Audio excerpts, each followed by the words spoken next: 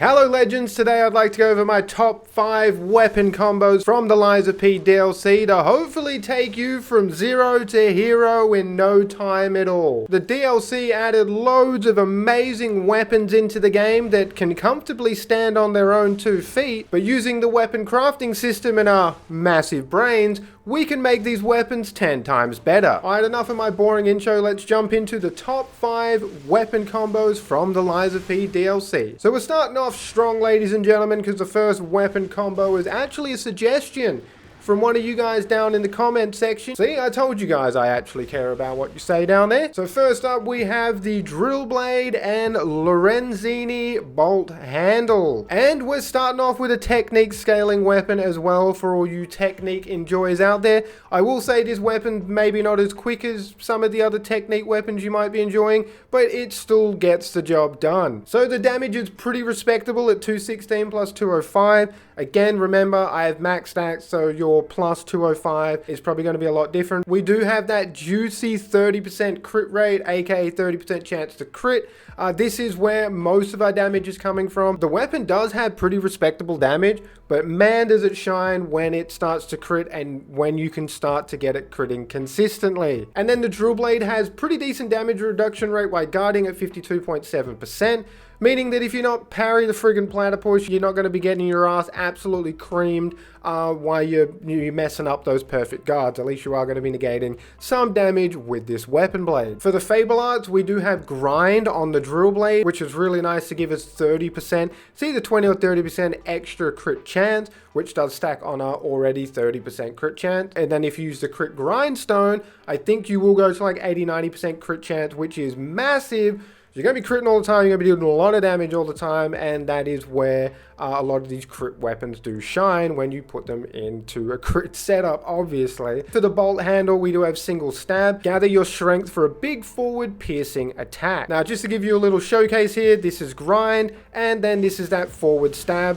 This is really good if you get it to crit. I think it did crit there. Let's see if we can't get it to crit again. Look, I'll use the Crit Grindstone. We'll make sure grinds on, and let's see if we can let her rip. Yeah, I'm pretty sure it's a crit there because you get the little red explosion on the enemy that lets you know that the weapon is critting. Now the moveset for this weapon, because we are using the bolt handle, this is a stabby weapon and it is stabbing all day long. So you do have just the forward poke, and then if you use the charge heavy, which is arguably the coolest thing about this weapon combo, is the fact that you get this thruster charge heavy. It has decent range on it, not crazy range, but it does have pretty respectable range on it, which makes it very easy to pull off this charge heavy, even though it's got quite a long wind up time. So I think the main thing that makes this weapon combo so good is you got that crit, you've got decent range on your charge heavy, and the weapon does have pretty respectable damage when you are critting consistently. I will say one of the only drawbacks is the fact it is just a little bit slow compared to some other crit setups you might be running,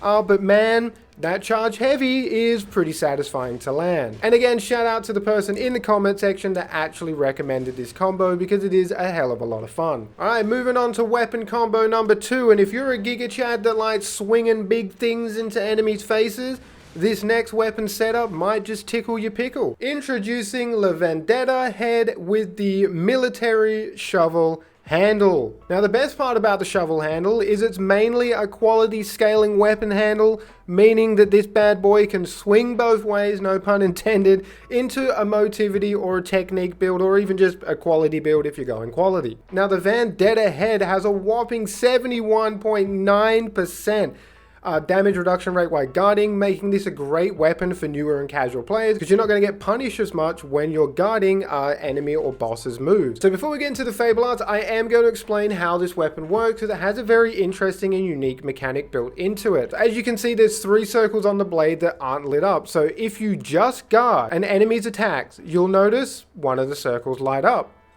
If you keep guarding, 2 circles light up, and then if we get hit a 3rd time, we're going to get 3 of those circles lit up. Now, what do you do with the 3 circles? Well, if you do a light attack, it's not going to do anything. But if you do a charge heavy, kaboom!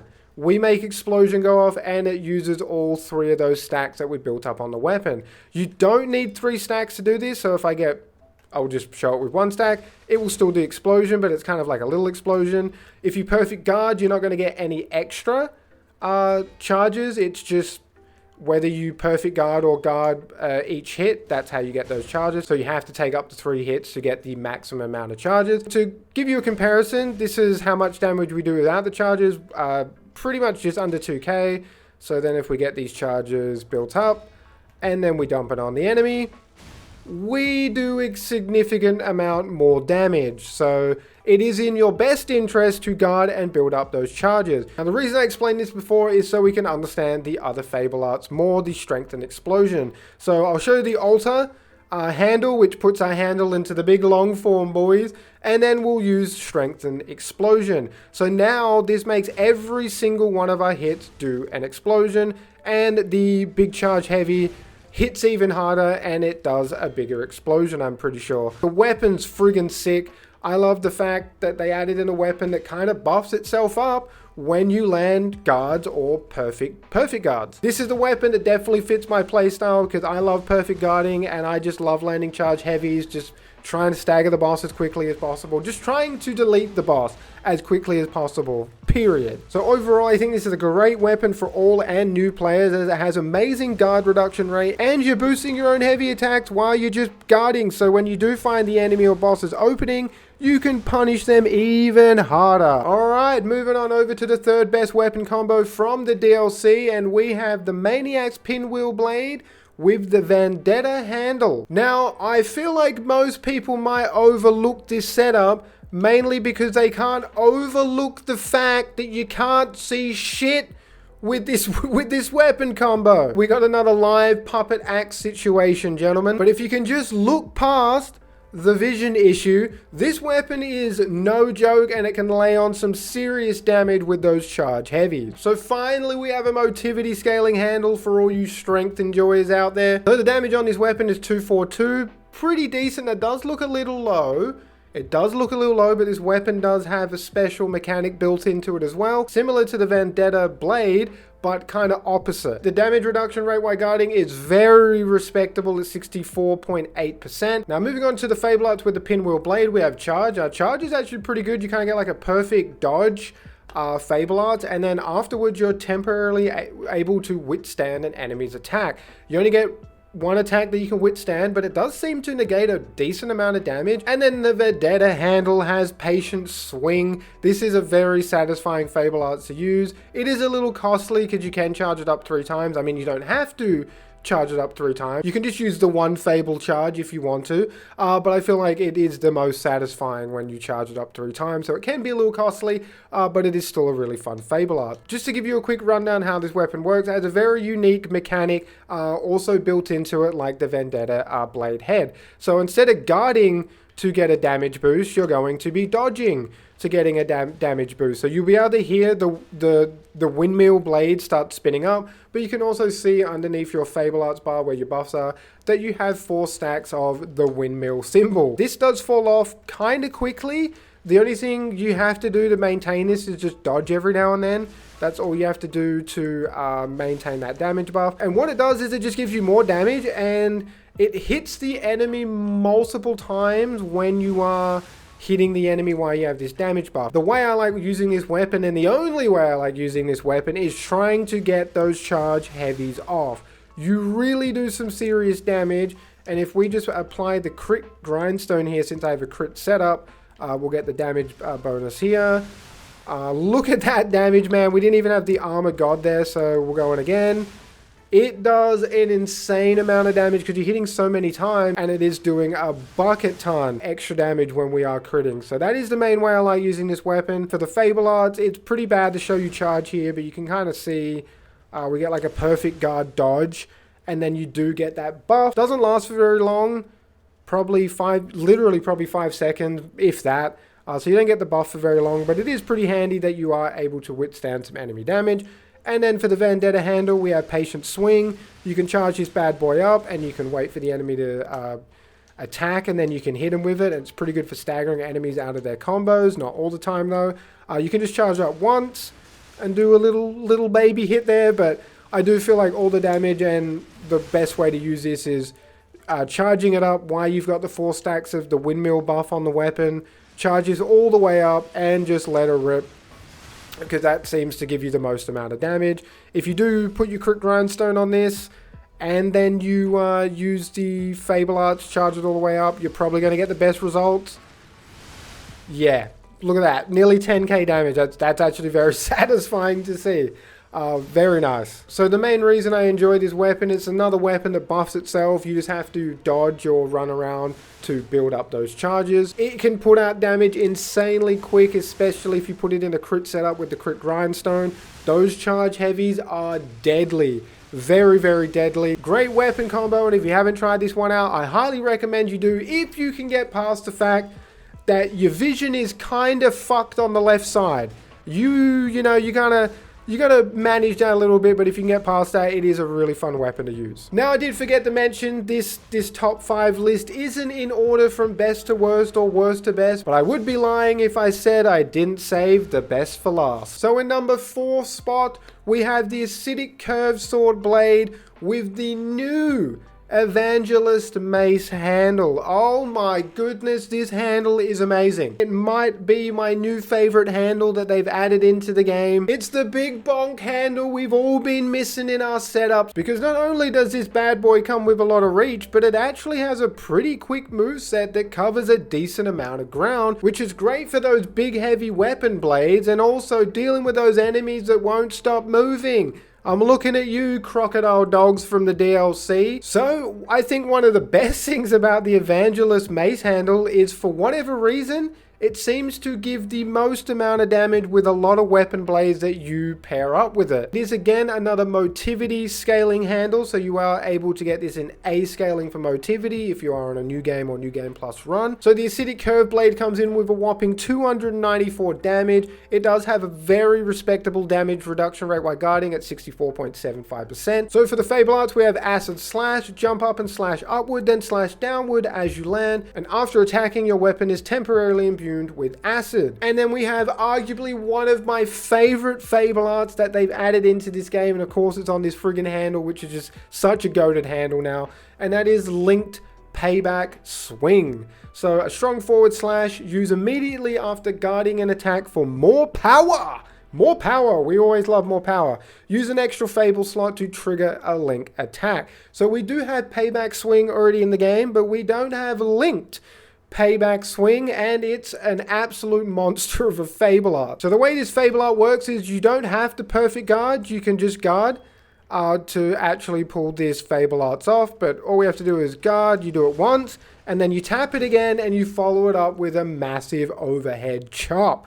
Looks really cool, it does a shit ton of damage, and it's very, very good at staggering or like poise breaking a lot of enemies. Now my question is, does it do more damage when you perfect guard? No, I think it does the exact same damage. So it doesn't matter if you guard or perfect guard. And then for the other Fable Arts, the acid slash I think it was called, that's pretty much it. It is a very costly, both Fable Arts are pretty costly, but they're both very situational depending on what you're fighting. Like if you're fighting human enemies, you're probably going to want to use the acid slash with this setup that I'm using with the acid curve blade. If you're fighting a boss that you feel very comfortable with perfect guarding or guarding their moves, I'd highly recommend using the link payback swing, because it is super satisfying to pull off. It does do a hell of a lot more damage than the other Fable Arts. So the main reason I like this weapon is it has fantastic range, a solid moveset, and you can dial in on the acid build-up more by using an acid grindstone in between your Fable Arts that also apply acid to your weapon, which makes dealing with those pesky human bosses a much more enjoyable ordeal when they're getting cooked by acid damage, which is their weakness. Might not be the best overall weapon combo, but the damage and moveset alone will definitely carry you through a lot of the content in the game. Now moving on to the final weapon combo, and arguably my favorite one so far from this DLC. The Arc Guardian Blade with the Booster Glaive handle. The fucking Booster Glaive handle needs no introduction. Arguably one of the best handles in the game, but the Arch Guardian Blade is a new weapon that got added into the DLC, and for anyone that didn't know, it is actually Laxia's weapon. Yep, that's right. Now I do believe Round 8 Studios might have accidentally shrunk this weapon in the wash before adding it into the game, because this shit's looking a little small compared to the original, but it's okay, it's okay. At least we actually got the weapon in the game finally, and boy does it slap harder than my dad after a 10-pack. So the Arch Guardian Blade comes with pretty decent damage at 244. This is a technique scaling weapon, so for all you technique enjoyers out there, this one's for you. The damage reduction rate while guarding is a little on the low side at 48.8%. But have no fear, because even if you can't perfect guard, this weapon has a very unique Fable art that is probably going to get you through a lot of content anyway. And what's that Fable art, you might ask? Well, it's Thunderbolt on the Guardian Blade. So Thunderbolt calls down the Thunderbolt to strengthen the blade and temporarily attack faster and enhances dodge. Like, what more could you possibly want, gentlemen? And then for the glaive handle, we have Patient Slash. Gather your strength for a powerful slash attack. Hold the attack button to trigger a stronger attack. You're not really going to be using this Fable art very often, but it is there if you want to use it. So the main way to use this weapon, and the only way to use this weapon, is to maintain Thunderbolt as much as possible, as much as you can. The main reason is because this makes his attack a hell of a lot quicker, meaning we're dishing out more damage to the enemy. We now have shock on our weapon, so we can shock the enemy, which then makes us do more damage as well. The main reason I like the extra move speed is because these already insane charge heavies that the booster glaive handle does become even better because you're moving quicker now. Feels like a normal attack, feels like a normal light attack. It literally is the same speed as a normal light attack. That's insane. It's just super satisfying to get these charge heavies off now with the Thunderbolt Fable art buff that you do get from the blade. But that's not all. That is not all. You also get the enhanced dash, which if you're familiar with Elden Ring, this is very similar to the Bloodhound step. So you just get double your dash distance, and I'm going to go out on a limb. I'm going to assume here that you're probably also getting bigger iframe window with your dash now. And you can obviously string your dashes very quickly together. So if you are looking to get through boss mechanics or away from really pressuring enemies, you can do that. You're out of there like the Roadrunner now. You're just gone. So the Arch Guardian Blade and the glaive handle are absolutely insane combo. So the main reason the Arch Guardian Blade and the glaive handle is so high up on this list is because it works really well with my playstyle, the way I like to play. You can be very aggressive with this weapon because of the movement speed, the attack speed buff it does give you. It's an insane combo for me. Again, this is all just personal preference. I've tried my best to include the most cracked weapon combos I could think of or put together based on how much damage and how fluid they are to use in combat scenarios. Now, I have rambled on for far too long. I've tried keeping this video as short as possible while still explaining everything that needed to be explained. So if it was brief or if I did miss anything, I do apologize. I was trying to keep this as short and sweet as possible, but I've still been recording for an hour and 20 minutes, so God knows how long it's going to be once I've edited it all down. And because of that reason, I'm not going to try and keep you guys here any longer than you need to be. Let me know what you thought about these 5 weapon combos in the comment section down below. I'm always curious to hear what you guys think. Appreciate all love and support as always, guys, and until next time, stay safe, peace out.